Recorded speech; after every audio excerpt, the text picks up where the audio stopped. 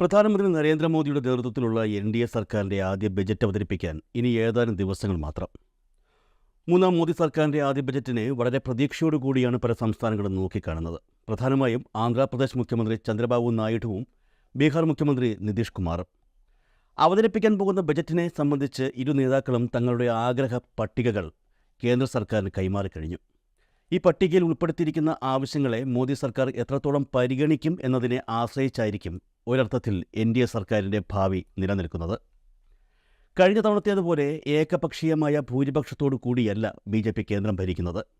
ആന്ധ്ര മുഖ്യമന്ത്രി ചന്ദ്രബാബു നായിഡുവും ബീഹാർ മുഖ്യമന്ത്രി നിതീഷ് കുമാറും കേന്ദ്ര സർക്കാരിനെ താങ്ങി നിർത്തുന്നതുകൊണ്ട് മാത്രമാണ് ബി.ജെ.പി വീണ്ടും അധികാരത്തിലെത്തിയതും നരേന്ദ്രമോദി പ്രധാനമന്ത്രിയായി മാറിയതും. അതുകൊണ്ടുതന്നെ ഈ പറഞ്ഞ നേതാക്കന്മാരുടെ ആവശ്യങ്ങൾക്ക് നരേന്ദ്രമോദി ചെവി കൊടുത്തില്ലെങ്കിൽ അതിൻ്റെ പ്രതിഫലനം വളരെ വലുതായിരിക്കുമെന്ന് ആരെക്കാളും കൂടുതൽ പ്രധാനമന്ത്രിക്കറിയാം. ഇപ്പോൾ പുറത്തുവരുന്ന വിവരങ്ങൾ പ്രകാരം ജൂലൈ 23 അവതരിപ്പിക്കുന്ന 2024 ബജറ്റിന് മുമ്പ് തെലുങ്കുദേശം പാർട്ടിയും ജെ.ഡി.യുവും ഏകദേശം 48,000 കോടി രൂപയാണ് ആവശ്യപ്പെട്ടിരിക്കുന്നത്. പ്രധാനമന്ത്രി നരേന്ദ്രമോദിയുടെ നേതൃത്വത്തിലുള്ള എൻ.ഡി.എ സർക്കാരിന് മുന്നിൽ ആന്ധ്രാപ്രദേശും ബീഹാറും നിരവധി ആവശ്യങ്ങൾ ഉന്നയിച്ചിട്ടുണ്ടെന്ന് ഉറവിടങ്ങളെ ഉദ്ധരിച്ച് റോയിറ്റേഴ്സാണ് റിപ്പോർട്ട് ചെയ്തിട്ടുള്ളത്. അവയിൽ അടിസ്ഥാന സൗകര്യ വികസനത്തിനായി അനുവദിച്ചിട്ടുള്ള ഉപാധികളില്ലാത്ത ദീർഘകാല വായ്പ 1 ലക്ഷം കോടി രൂപയാക്കണമെന്നാണ് ഇരു സംസ്ഥാനങ്ങളും കേന്ദ്രത്തോട് ആവശ്യപ്പെട്ടിരിക്കുന്നത്. അതേസമയം ഇക്കാര്യത്തിൽ സർക്കാരിൻ്റെ ഭാഗത്തുനിന്നും സ്ഥിരീകരണം എത്തിയിട്ടില്ല. ഒരുപക്ഷെ റോയിറ്റേഴ്സിൻ്റെ ഈ റിപ്പോർട്ട് ശരിയാണെങ്കിൽ കേന്ദ്ര സർക്കാരിന് താങ്ങാൻ കഴിയാത്ത വലിയൊരു ബാധ്യതയായിരിക്കും ഇതെന്നാണ് സൂചനകൾ.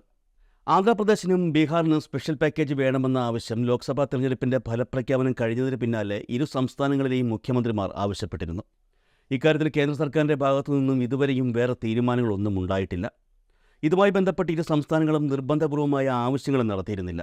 എന്നാൽ ബജറ്റിൽ ഇക്കാര്യങ്ങൾ ഉൾപ്പെടുത്തിക്കാനുള്ള നീക്കമായിരുന്നു ഇരു സംസ്ഥാനങ്ങളിലെയും മുഖ്യമന്ത്രിമാർക്ക് ഉണ്ടായിരുന്നെന്ന സൂചനകളാണ് ഇപ്പോൾ പുറത്തുവരുന്നത്. കേന്ദ്ര സർക്കാരിന് മുന്നിൽ ചന്ദ്രബാബു നായിഡുവും നിതീഷ് കുമാറും മുന്നോട്ട് വച്ച ആവശ്യങ്ങൾ പരിഗണിക്കപ്പെട്ടില്ലെങ്കിൽ കേന്ദ്ര ഭരണകൂടം പ്രതിസന്ധിയിലാകുമെന്നുള്ള കാര്യത്തിൽ ഒരു മാറ്റവും കാണുകയുമില്ല.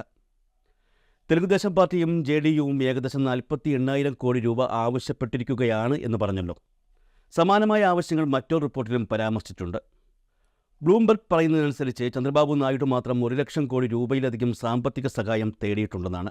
ഈ ആഴ്ച ആദ്യം പ്രധാനമന്ത്രി മോദിയുമായും ധനമന്ത്രി നിർമ്മല സീതാരാമനുമായും അദ്ദേഹം കൂടിക്കാഴ്ച നടത്തിയിരുന്നതായി അവകാശപ്പെട്ടിരുന്നു. ഇക്കഴിഞ്ഞ ലോക്സഭാ തെരഞ്ഞെടുപ്പിൽ ടി.ഡി.പിയും ജെ.ഡി.യുവും കിങ് മേക്കർമാരായി ഉയർന്നു വന്നതാണ് ഇപ്പോൾ കേന്ദ്ര സർക്കാരിൽ പ്രതിസന്ധി ഉയർത്തുന്ന ഘടകം.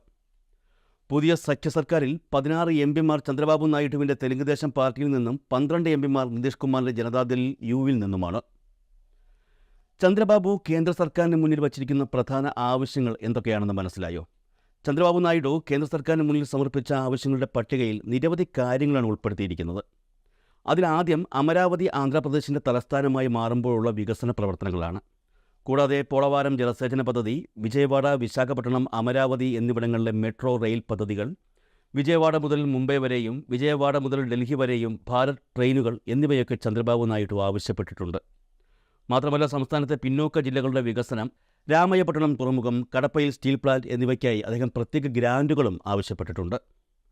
അതേസമയം ബീഹാർ മുഖ്യമന്ത്രി നിതീഷ് കുമാറും നിരവധി ആവശ്യങ്ങളാണ് പട്ടികയിൽ ഉൾപ്പെടുത്തിയിരിക്കുന്നത്. അതിൽ ഏറ്റവും പ്രധാനപ്പെട്ടത് സംസ്ഥാനത്ത് 9 പുതിയ വിമാനത്താവളങ്ങൾ വേണമെന്നുള്ള ആവശ്യമാണ്. മാത്രമല്ല 2 വൈദ്യുത പദ്ധതികൾ, 2 നദീജല പദ്ധതികൾ, 7 പുതിയ മെഡിക്കൽ കോളേജുകൾ എന്നിവ സ്ഥാപിക്കുന്നതിന് നിതീഷ് കുമാർ ഗ്രാൻറ്റും ആവശ്യപ്പെട്ടിട്ടുണ്ട്.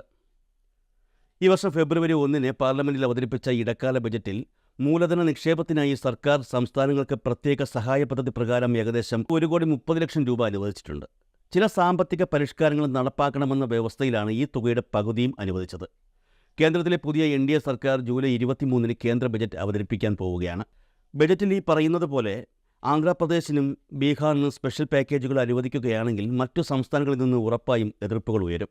പഴയതുപോലെ ഏകപക്ഷീയമായ ഒരു അംഗബലത്തിലല്ല ബി.ജെ.പി സർക്കാർ ഇപ്പോൾ ലോക്സഭയിൽ ഇരിക്കുന്നത്. അവിടെ ഉയരുന്ന പ്രതിപക്ഷ ശബ്ദത്തിന് ഇപ്പോൾ നല്ല ഒച്ചയാണ്. അതുകൊണ്ട് തന്നെ മുൾമുനയിൽ കൂടിയുള്ള ഒരു നടത്തമാണ് ഇപ്പോഴത്തെ കേന്ദ്ര ബജറ്റ് എന്ന് പറയുന്നതിൽ യാതൊരു മടിയും വേണ്ട. ജൂലൈ 22 ആരംഭിച്ച് ഓഗസ്റ്റ് 12 വരെയാണ് ബജറ്റ് സമ്മേളനം നടക്കുന്നത്.